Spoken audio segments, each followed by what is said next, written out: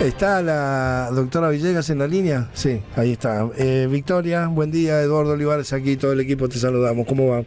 Hola, ¿qué tal? ¿Cómo están todos? Bueno, Buen día. estamos, digamos, poniendo el foco en este fallo judicial que ha, de alguna manera, puesto una regla nueva en todo esto que tiene que ver con los planes de autoahorro, ¿no?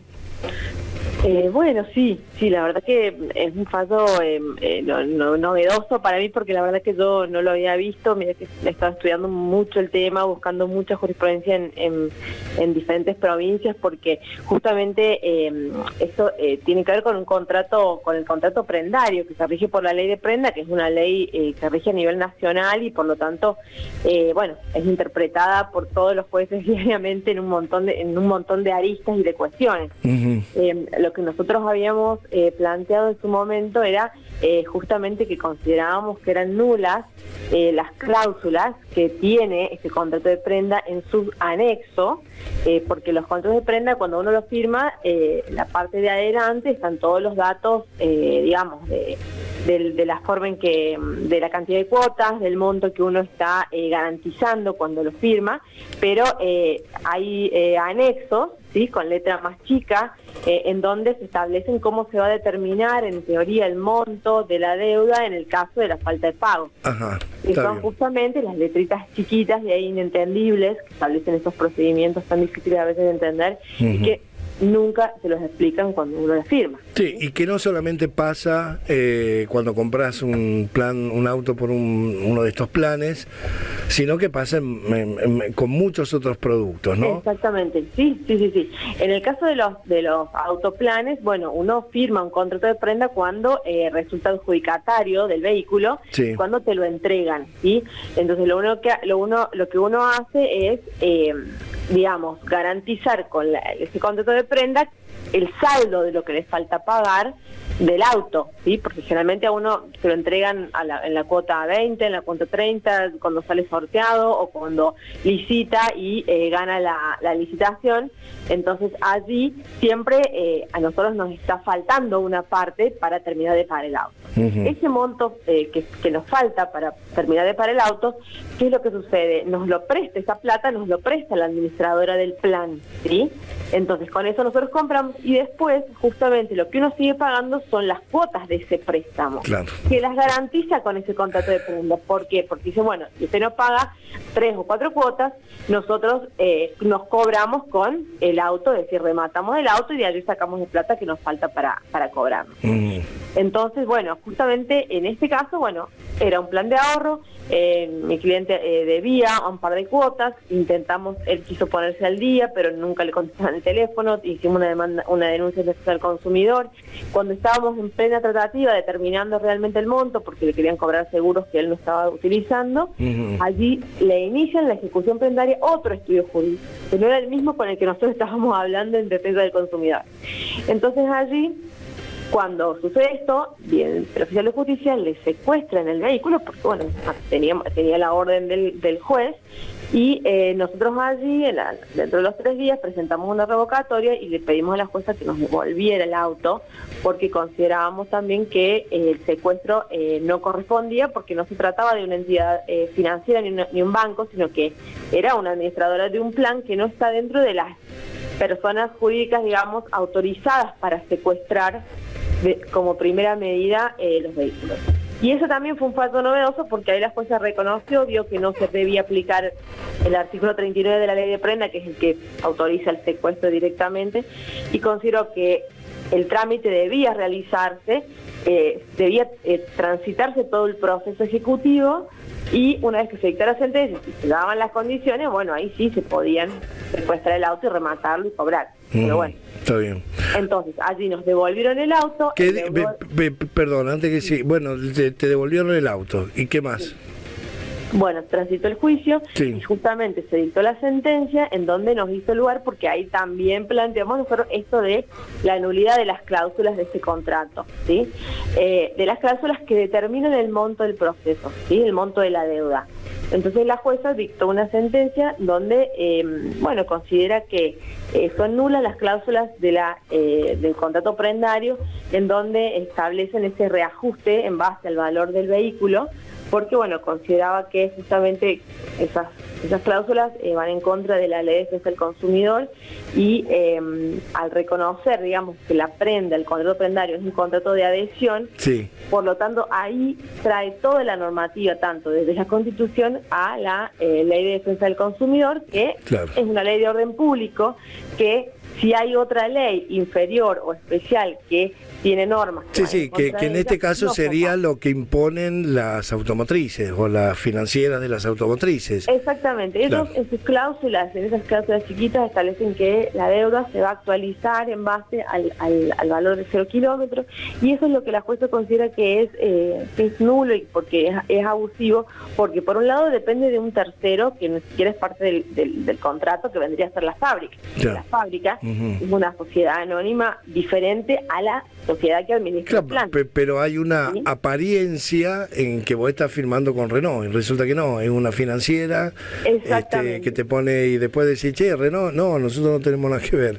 Bueno, eso es lo que la jueza ve como si, justamente, lo trata como si fuera un grupo económico, Claro. y justamente desbalancea, desequilibra la relación contractual, porque tenemos dos empresas gigantes que tienen sus, digamos, todos sus asesores, sus contadores, sus abogados para determinar cómo va a ser el sistema de amortización que el consumidor no lo puede entender porque no se lo explican, porque no se lo informan y porque en el contrato tampoco figuran pautas claras acerca de cómo se va a determinar el valor de mi deuda, ¿sí? Ujú. Entonces, eso es lo que la jueza ve y dice, acá el sistema de amortización del capital que a mí me prestan no está claro, no está explicado en el contrato y por lo tanto, según la Ley de Defensa del Consumidor, cuando se trata de relaciones de consumo, es decir, que tienen que ver con una prestación de bienes y servicios donde hay un proveedor y hay un consumidor del otro lado, allí este tipo de contratos tienen una protección especial. Ujú. Tienen que tener claramente determinado el monto del capital, el sistema de amortización, cuáles son los intereses que se va a aplicar. Y en este caso no existe, es decir, hay una contradicción total. Si uno agarra un contrato de prenda de estos de los que ejecutan las administradoras de los planes, vemos que hay una contradicción, porque la primera hoja dice, este contrato va a ser sin intereses, por ejemplo. Ujú. Y atrás te encontras con que este contrato se va a reajustar y que la tasa fracciona. Qué O sea, bárbaro. una cantidad de cosas que Claro, no pero dicen una que no. verdadera estafa, ¿no? Sí, Facundo, una sola, dale. Victoria, ¿qué tal? Buen día. Buen día. En este marco, lo que ya había pagado hasta que recibió el auto, ¿no se había tomado en la consideración tampoco en el fallo o cómo fue No, eso? Bueno, justamente lo que la jueza dijo, bueno, es que no se va a aplicar el reajuste, ¿sí? Según el valor móvil, que se tiene que cobrarle al deudor lo que dice la prenda. Y la prenda es del año 2019. La Ajá. prenda era de 200, creo que 257.000 pesos, ¿sí? Sí. Que él las tenía que pagar en 64 cuotas de 4.090 pesos aproximadamente. Él ahí pagó 11 cuotas y recién después de esas 11 cuotas se atrasó. Entonces la jueza, bueno, cuando nos dictó la primera sentencia, dijo que se tenía que pagar lo que figuraba en el contrato de prenda actualizado con una tasa activa del Banco Nación y no según las cláusulas estas que ella declaró nulas y por lo tanto era mucho menor la deuda. Sí. ¿Sí? A él le iniciaron la demanda por 700.000 pesos y la prenda era por 250.000. Claro. Y él había pagado 11 cuotas, así que después solicitamos que se aclarara eso y que se le descontara lo que él había pagado, así Sí. que él debe 217.000 pesos y ese monto se va a actualizar según la tasa activa del Banco Nación, Está bien. sin aplicar ese reajuste. Claro. Y es que lo que a nosotros nos llama mucho la atención y es lo terrible, que es importante que lo sepamos todos, es que, por ejemplo, cuando él lo llaman del estudio jurídico para decirle, bueno, ¿cuánto era la deuda? ¿Sí? Y él le dicen 2.500.000. ¿Por qué? Porque usted debe tanto, porque el valor del auto es tanto y porque, bueno, si no pagó, pague. Ujú. Bueno, no tengo la plata, bueno, le inician la demanda. Sí. Y la demanda se la inician por 700.000. Claro. Entonces, ¿de dónde está esa diferencia? Bueno, hablamos con el abogado porque pensábamos que a lo mejor él podía pagar los 700.000 en ese momento, el señor iba a pedir un préstamo, Y le dicen, no, es que para cancelar la deuda son 2.500.000. Pero ¿por qué no? Porque hay que aplicar el reajuste, bueno.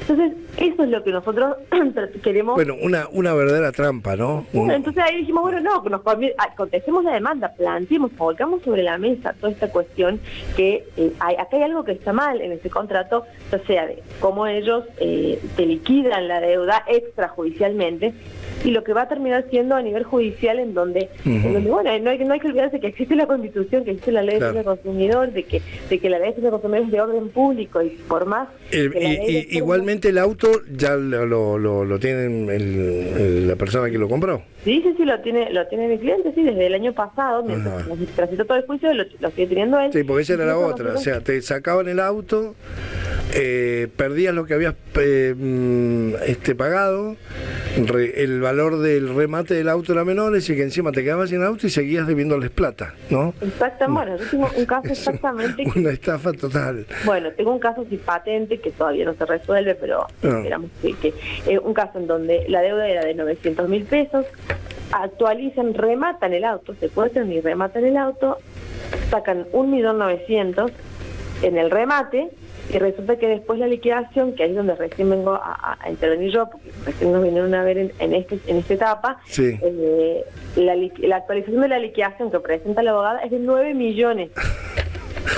9 millones. Son unos delincuentes. La verdad, perdón que lo diga así, pero son unos delincuentes. No hay forma de entender de dónde está el dinero. Bueno, claro. O sea, que compraste un auto y después pones en riesgo hasta tu casa, ¿no? O sea, perder una cosa de loco. Exactamente. Entonces, yo creo que este pago es importante por esto. Esperemos, obviamente, que la Cámara lo confirme, y que porque entra en el análisis de la pirámide jurídica constitucional. Yo lo digo, qué sé yo, hasta un poco con sorna, porque tengo muchos amigos en el negocio de la compra y venta de autos. A mí me cuesta entender por qué la gente les cree al vendedor del auto. Yo he educado a mis hijos diciéndole, miren, ¿a quién no hay que creerle en la vida? Número uno, los que venden autos. Después, bueno, hay otra lista. Pero yo creo que se pueden vender autos, pero bueno, digamos, explicando claramente a dónde cómo va a ser el sistema de amortización, cómo van a ser los intereses. Y bueno, a lo mejor si ellos explicaran bien cómo es el sistema, verán que a lo mejor no va a funcionar porque es realmente complicado. Y que, bueno, podrían buscar otra forma de tratar de mantener el valor de su deuda, pero justamente que no sea de manera ilegal, ¿sí? Una de las partes importantes que habla, que menciona la jueza en el fallo, después se lo voy a pasar para que lo lea, si bien es un poco largo, pero está muy bueno.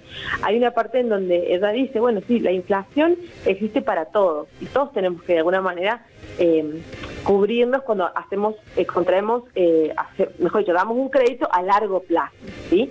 Pero tampoco en pos de eso vamos a vender a un precio hoy y a cobrar a otro mañana. Claro, ¿sí? Se entiende. A otro que es completamente abusivo en el futuro. Entonces, esa es otra de las cosas que se plantean, es que también no se trata de beneficiar a uno en perjuicio de otro, sino tratar de buscar que sea una situación equilibrada. Bien. Pero que frente a las empresas que tienen mucho más, así como ellos invierten muchísima plata en publicidad, y bueno, también deberían a lo mejor invertir en educación financiera. Bueno, pero lo que vos me estás diciendo, que en la primera hoja dice este contrato no tiene interés, y en la segunda dice no, el interés de tanto, y es una estafa, ¿no?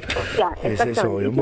Bueno, Victoria, seguimos de cerca el tema que nos interesa mucho para nuestra audiencia. Gracias. Que ver, bueno, te va a decir la Cámara, después te cuento. Bueno, dale, lo esperamos. Gracias. Y ahora la doctora Victoria Villegas.